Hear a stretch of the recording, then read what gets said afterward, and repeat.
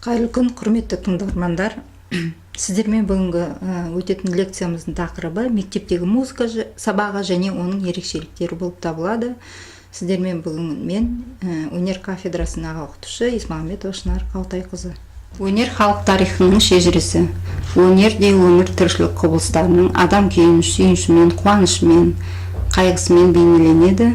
Қазақ халқының салт дәстүрі, әдет ғұрпы осы ұрпақтан ұрпаққа жалғасып келеді. Соның ішінде осы музыкада ерекше орын алады. Естеріңізде осы жаңа әдебиеттерден бабаларымыздың жаңағындай кешқұрым жыр термеу естіп, жаңа әжесінен жаңа тәрбие алып өскен балалар туралы көп оқимыз. Бұл өткеніміз болса, енді қазіргі заманда осы баланың жаңағындай музыкадан білім алып өсуіне, мәдениетті білуіне осы музыка сабағы біраз көмектеседі. Оның ішінде жаңағы мектептегі жалпы білім беру мектептеріндегі музыка пәндерінің жаңағындай орны үлкен мол деп айтуға болады. Бүгінгі тақырыбымызға сай осы музыка пәнінің ерекшеліктерін айтып өтсем, тоқталып өтсем. Жалпы музыка пәні ерекшеліктеріне байланысты мынандай төмендегідей принциптер бойынша жүргізіледі. Олар бірінші жаңағы эмоциялық пен саналық бірлігі принципі негізінде жүреді. Екіншісі көркемдік пен техникалық бірлігі принципі негізінде жүреді. Және үшіншісі музыкалық материалдарды іріктеу принципі негізінде жүреді. Осының ішінде жаңағы эмоциялық пен саналықтың бірлігі принципі туралы айтып өтсек, тоқталып өтсек, бұл принцип негізінен музыкалық педагогикадағы маңызды принциптің бірі болып табылады. Мектептегі музыка сабағы басқа сабақтардың айырмашылығы сол, жаңағындай біздің сабақ өнер сабағы. Ол түсінікті. Енді музыканы оқытуда ақыл ой мен эмоция, түйсіну мен сезіну қатар жүру керек. Сол осылар жүзеге асырылады. Музыка арқылы оқыту үрдісінде тек ойлау арқылы түсініп қана қоймай, сонымен қатар ақыл, жаңағы баланың көңіл күйі керек, санасы, оның сезімі, осы аталғандарды білу қажет.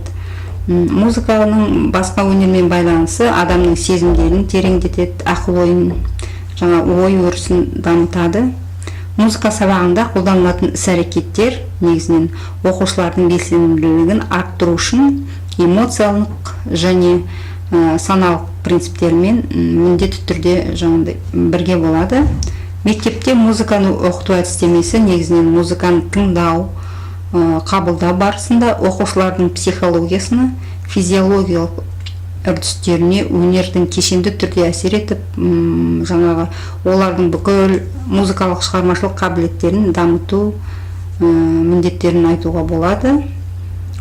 Оқушы тек қана қуанышты, жігерлі, жаңағындай көтеріңкі сезіммен бірге оның жаңағындай еркінен тыс өзгерістері болуы мүмкін. Мысалға, өзіңізге белгілі баланың тамыры, жүрек қағысы, қан қысымы, тағы басқа өзгерулері.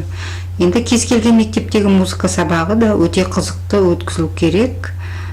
Себебі музыка пәні басқа пәндерден айырмашылығы жаңа өнер сабағы болғандықтан, бұл сабақта жаңағындай тек қана ән тыңдатпай, әнді айтқызып, олардың мағынасын түсіндіріп, жаңағындай балаға сезіндіре білу керек. Жалпы мұғалім тыңдаттыратын шығарманың алдында осы жаңағы шығарма туралы қысқаша тарихын айтса, жаңа әңгімелеп берсе, ол жаңағы шығарманы бала жақсы сезінеді, жақсы үйренеді, тез үйренуі мүмкін, тез үйренеді де, жалпы бұл практикада қолданылып жүрген жағдайлар. Енді екіншісі, жаңағы осы эмоциялық пен саналықтың бірлігі принципі негізінен шығарманы дұрыс түсінуге, шығарманың мазмұнын ашуға, яғни демек балалардың музыкалық тәжірибесін толықтырып кеңейтеді. Бұл принцип оқушының ішкі рухани дамуын байытады, ой сезімін толғандырады, жаңағыдай бала өз-өзімен ойлап, жаңағыдай рухани білім алады. Осы принципті қолдана отырып, оқушылардың қабылдай білу қабілеттерін, олардың қызығушылығын, талғамын қалыптастыруға болады. Музыка сабағында эмоционалдық жағдай туғызу музыканы саналы қабылдауға жол ашатын сәттердің бірі болады. Оқушыда музыканың әсерінен пайда болған сезім, жаңағыдай шығарманың тілін, кейде қалай қабылдайтын тұстарын түсінуге көмектеседі. Қандай әсер алады? Енді әсер дегеніміз ол мысалға тыңдаушының орындалған шығармадан алған әсері. Яғни қандай зейінмен тыңдады, қандай эмоция болды, соларды жаңағыдай көрсетеді. Ендеше зейіннің жинақтаушы оқушының қабылдауын белсендіретіндігін білуіміз керек. Музыканың өмірмен байланысын саналы түсіну сезімнің ояну әсер етеді, сезім оянуына әсер етеді. Ойлау мен сезім арқылы музыканы жаңағыдай қабылдаймыз. Адамдардың жалпы сезу мүмкіндіктері мен ойлау қабілеттері әртүрлі болады. Сондықтан да музыка пәнінің мұғалімі да сабақта оқушыны осы қасиеттермен жаңағыдай сүйсіндіре білу керек, яғни соны ескерте білу керек. Кейбір балалар музыканы жаңағыдай әсерленіп тыңдауы тиіс, кейбіреуі жаңағыдай шала тыңдауы тиіс. Оның бәрі баланың жаңағыдай қабілетіне байланысты. Тағы келесі жағдайлар, мысалға мұғалімнің басты міндеті осы сабақта музыкалық мәтініне, яғни жұмыс жасау керек, яғни музыканың әннің сөзін дұрыс үйрену керек. Мысалға оның ішінде жаңағыдай оның мәнерлілігін, мазмұнын, қалай айтылуына мән беру керек. Музыка сабағында оқушылар шығармаларды аса қызықпай үйреніп жатса, онда ол жаңа түсінікті жағдай, яғни эмоцияның болмағандығы. Сондықтан мұғалімнің міндеті музыканы жаңағы оқушылардың нақты көңіл-күйін қалыптастыра отырып, осыларға жаңағыдай жанрлық сипатында, жаңағыдай мазмұнын, арнайы әннің тағы басқа жағдайларда білім беруде шығармашылық ізденісте болу керек. Тағы да енді мынау біздің бүгінгі екінші түрі принциптің көркемділік пен техникалық бірлік принципі болып табылады. Жалпы бұл не? Осы принцип бойынша музыкалық шығарманың көркемдік дәрежеде орындалуы жаңа көптеген қажетті іскерлікті, шеберліктерді талап етеді, яғни осыларды қамтиды. Ол бізде қазір қамтиды. Олар жаңаға шығарманың өлшемімен байланысты, оның штрихмен, жаңа динамикалық реңдерімен, жаңаға ән айтудағы дағдылармен байланысты, жаңа дұрыс демалу, жаңа дұрыс аяқтау шығарманы, осыларды қамтамасыз етеді. Бұл принцип жалпы сонымен қатар бұл принципте көркемдік құралдардың мәнін, оның қолдану ерекшеліктерін терең түсінгенде ғана баланың орындау шеберлігі жақсы меңгеріледі. Музыкалық материалды іріктеу принципі бізде әсіресе музыка сабағын ұйымдастыру кезінде қажетті болып табылады. Мектеп оқушыларға арналған жаңағы әндерді, репертуарларды таңдағанда үлкен мән беру керек, жеткілікті болу керек. Әндерді орындауда жаңағындай мәнерлеп орындауына соған көңіл бөлу керек. Жалпы репертуар жаңағы бүгінгі күні жаңағыдай өте маңызды мәселе болып отыр. Сондықтан да баланың жас ерекшелігіне сай, оның жаңағы орындауына сай балалардың болу керек шығарма. Жаңағы репертуар тыңдау жаңағыдай іріктейтін кезде жаңа сабақтың ішінде жаңа шығармалар мен пән, жаңағы ән, олар бір-бірімен байланысты болса тіпті жақсы болады. Соның бірі жаңағыдай музыкалық шығарма немесе үйретілетін әннің мазмұны, көркемдік ерекшелігіне көп мән беру керек. Бұл репертуардың жан-жақтылығына жатады. Онда жаңағы қазақтың ән күйінен бастап осы кеңестік кәсіби композиторлардың шығармалары, немесе жаңа басқа республикалық композиторлар шығармалары, немесе әлемдік классиктердің туындылары осы кеңірек қамтылады. Жалпы ең алдымен болашақ музыка мұғалімі материалдарды іріктеуде мына талаптарды білу керек. Ол біріншіден оқушылардың талғамын жоғары сапалы көрнектілікке тәрбиелеу мүмкіндігі болу керек. Екінші талап жаңағы оқушылардың жас ерекшеліктеріне сай қабылдауларына және орындауына қолайлы болу керек.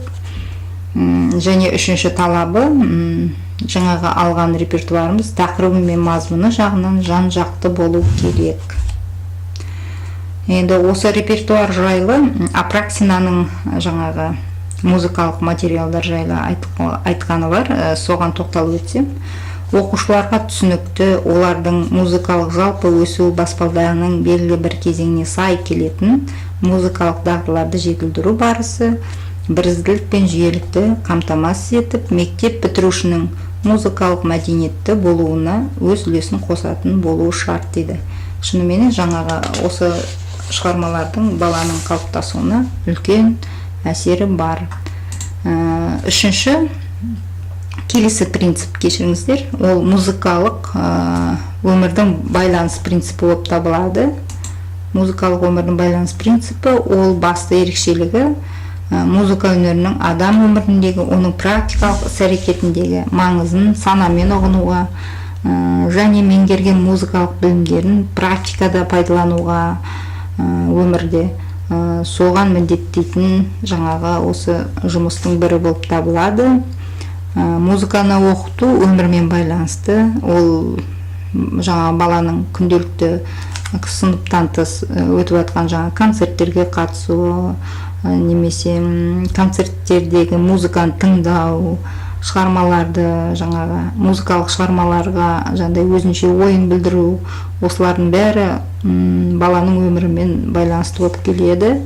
Белгілі бір музыкалық шығарманы қабылдау процесінде оқушылар тек музыкалық мазмұнын естіп қана қоймайды, оның көркемдік образдығын және музыкалық мәнерлігін, жаңағыдай ол балаға қандай әсер еткендігін білуге болады. Енді келесі тағы принциптің түрі бізде ол тәрбиелеудің, білім берудің, дамытудың бірлігі принципі. Байланыс принципі, келесі бірлігі принципі. Яғни бұл принцип бойынша музыкалық білім беру, музыкалық білім іскерлік дағдыларды меңгеру ғана емес, оқушылардың әлеуметтік мінез-құлқының қалыптасуына негіз болатын адамгершілік, эстетикалық, ақыл-ой, дене, еңбек тәрбиесі міндеттерін жүзеге асыруын көздейді. Бұл принциптің қазір тауып тағы да бұл принцип адамның жаңағыдай музыкаға деген қызығушылығын арттырады. Оның бәрі түсінікті, тәрбие, еңбек арқылы. Музыкалық шығармаларды тыңдау, орындау, тұлғаның жаңағыдай адамгершілік, еңбекке деген қызығушылығын, жаңағыдай денені, бойды дұрыстау, тәрбие, дене тәрбиесіне және құнды сапалық қасиеттеріне жаңағыдай ықпал етеді. Екінші жағынан музыка өнерін және ерекшеліктерін, оның құрылымын, заңдылықтары жөнінде білім алады. Үшінші жағынан жаңағыдай балаға жаңағыдай психикалық әсер береді, баланың сапалық қасиетін дамытады. Музыкалық білім беру педагогиканың ең күрделі саласы деп айтуға болады. Жалпы музыка материалы, оның жаңағындай құндылықтары, айырмашылықтары, тәрбие беру, оқыту, дамытуда осы бір-бірімен байланысып жатады. Сол себепті олар ажырамас бір тұтас тәрбие болып табылады. Келесі түрі еліктеушілік принципі. Еліктеушілік принципі ол Кабалевский жалпы осы принцип бойынша біраз жұмыстар жасаған. Ол Кабалевскийдің пайымдауы бойынша оқушылардың білімге деген жағымды қарым-қатынасын белсендіру құралы ретінде қызықтыру, еліктіру проблемасына ерекше мән бергендігін айтып өтуге болады. Әрбір сабаққа немесе тәрбие шараларына дайындау үшін ол ең алдымен пайдаланылатын оқу материалын, оларды жеткізу әдіс тәсілдерін ойластырып, анықтап алған. Сосын ғана жұмыс жасауға болатындығын атап өткен. Балаларды қызықтырмайтын оқу материалдары оларды еліктіре алмайды, түсінікті, яғни баланың қызығушылығы болмайды. Мәселен, мұғалімнің музыкалық шығармалар, оларды шығу тарихы, композитор немесе музыкалық аспаптар, оларда ойнау тәсілдері, белгілі орындаушылар жайлы әңгімелер айтса, онда баланың белсенділігі артып, еліктеушілік болуы мүмкін.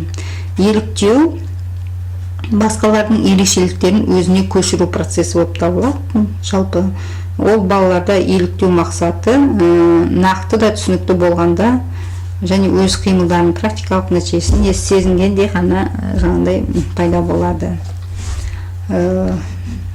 Келесі принциптің түрі музыкалық білім берудің беріктігі мен ықпалдылық принципі. Музыкалық білім беру, музыкалық білім іскерлік дағдыларды меңгертуді ғана емес, сонымен қатар музыкалық шығармалардың идеал образдық мәтінін жеке түсінуді және музыкалық білім мен тәрбиенің тұтастығын, сонымен бірге музыкалық іс-әрекеттердің жүзеге асырылуын тұтас көрсетеді. Бұл принцип. Келесі музыкалық білім берудің ықпал етудің принципі. Бұл принцип негізінен баланың тәрбиелік және дамытушылық тиімділігін талап етеді. Сөйтіп білім алуды ғана емес, алынған білімді жаңағыдай сапалы пайдалануға, баланың мінез-құлқын қалыптастыруға осы біраз ықпал жасайды. Музыкалық білім берудегі нәтижелер бойынша беріктілік және ықпалдылық принциптері мынандай ережеге сүйенеді.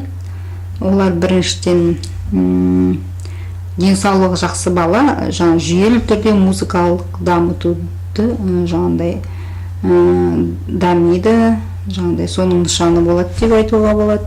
Екіншіден, музыкалық өнермен айналысу үрдісі оқушының жеке тұлғасының эмоционалды және интеллектуалды өрісінің дамуына жағдай жасайды.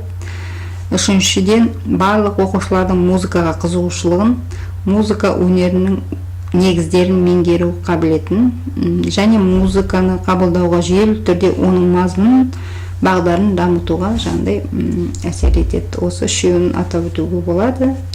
Енді музыкалық білім берудегі нәтижелер бойынша қандай көрсеткіштер бар, соған тоқталсақ, қандай көрсеткіштер бар? Олар біріншіден тыңдау және орындау кезінде шығарманы эмоционалды қабылдауда, ең алдымен музыка деген қызығушылық, сүйіспеншілік, эмоционалдық қатынастар дәрежесі артады. Екіншіден, музыкалық білімді меңгеру мен біліктілікті қалыптастыру шамасы. Жалпы ол оқушылардың алған білімдерін қолдана отырып, жаңағы осы пәнге саналы түрде қарым-қатынас, жаңағыдай саналы түрде көзқарасын қалыптастырады. Музыканы қабылдау қабілеті жоғарылайды. Шығарманы жаңағыдай эстетикалық тұрғыда қабылдауға көмектеседі. Үшіншіден, орындаушылық дағдыларын қалыптастыру деңгейі қалыптасады. Олар біздің жаңағы сабақта болмасын, жаңа сахнада болмасын, айтатын жаңа әндері, вокалдық хор, музыкалық аспапта ойнауы, Бұның өзі бәрі осы дағдыларын қалыптастырады. Бұл көрсеткіш бастапқы екі музыкаға деген іс-әрекеттілік пен практикалық қатынаспен тығыз байланыста екендігін көрсетеді. Жалпы музыка пәнінің жаңағы баланы тек қана бойындағы өнерін жаңағыдай қабілетін ғана ашпайды, сонымен қатар оны дамытуға көмектеседі. Жалпы білім беретін мектептерге арналған жаңағы музыкадан жаңа бағдарламалар, осы балаларды оқыту мен тәрбиелеу үшін біраз маңызы орын алады. Сол себепті біраз бағдарламалар пайдаланылады. Жаңағы Абдуллиндердің жаңа мұғалімдерге арналған бастауыш мектептегі музыка атты оқу құралында оқушылардың ерекшеліктерін, оның ішінде психологиялық оқу кезіндегі есепке алу, міндеттерін, мазмұнын, әдістісін, нысандарын, жеке оқу құралдарын нақтылау, уақытша сабақты ұйымдастыру, қиыншылықты талдау және оларды жеңуге тиімді жол таңдау, музыкалық білім беру үрдісінің оптималды принципі суреттелген мұғалім жұмысының міндеттерін жаңа осылай атап көрсеткен.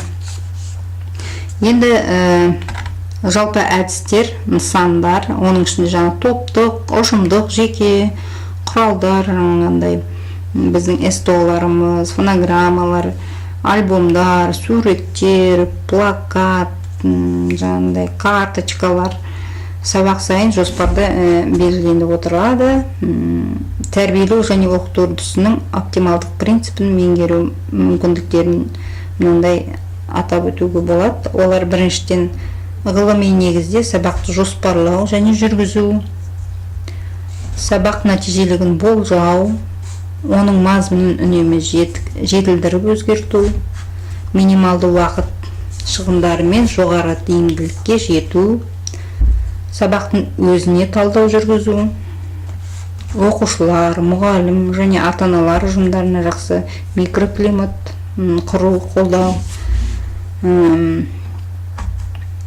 қателерді ескеру, оқушының өзінің қателіктерін мүмкіндіктеріне сай осы алдағы жаңағындай сабақтарда оны жібермеуге тырысу.